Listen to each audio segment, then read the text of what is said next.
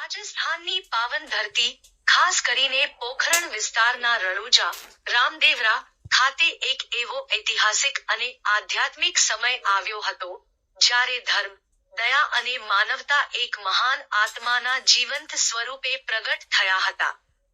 તે મહાન આત્મા હતા શ્રી રામદેવ પીર, બાબા રામદેવજી, જેમને લોકો રામશા પીર કે રામાપીર તરીકે પણ પૂજે છે. આ વાત છે 14મી સદીની, ઈ.સ. 1352-1385.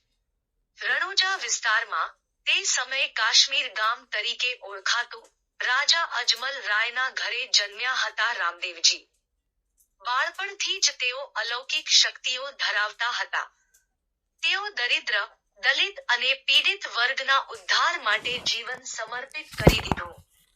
તેમના જીવનનો મુખ્ય સંદેશ હતો, જીવ માત્ર પર દયા, અન્નદાન, પાપથી દૂર રહેવું અને માનવતાની સેવા. એક સમય એવો આવ્યો જ્યારે સમાજમાં જાતિ-વર્ણના ભેદભાવ, અન્યાય અને દુઃખ વધી ગયા હતા.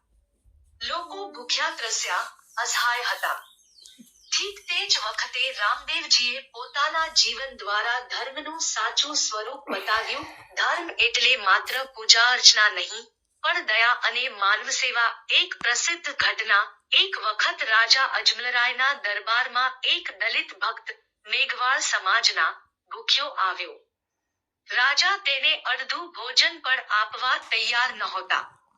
રામદેવજીએ તરત જ પોતાનું સમગ્ર ભોજન તેને આપી દીધું અને કહ્યું, ભૂખ્યા જીવનું પેટ ભરવું એ જ સાચી પૂજા છે, સાચો ધર્મ છે. આ ઘટનાએ આખા વિસ્તારમાં ચર્ચા મચાવી દીધી. લોકો સમજ્યા કે ધર્મ એટલે દયા, સમાનતા અને માનવતા.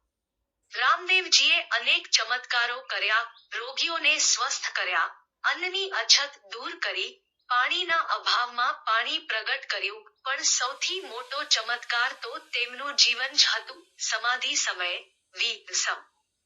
1442, ભાદરવા સુદ એકાદશીએ, તેમણે પોતાના ભક્તોને 24 ફરમાન, ઉપદેશ, આપ્યા, જેમાંથી પ્રથમ જ છે, પાપથી કાયમ દૂર રહેવું, ધર્મમાં આપવું નિજ ધ્યાન, જીવમાત્ર પર દયા રાખવી, ભૂખ્યાને દેવું અન્નદાન. આ ફરમાનો આજે પણ રણુજા ધામમાં ભક્તોને પ્રેરણા આપે છે.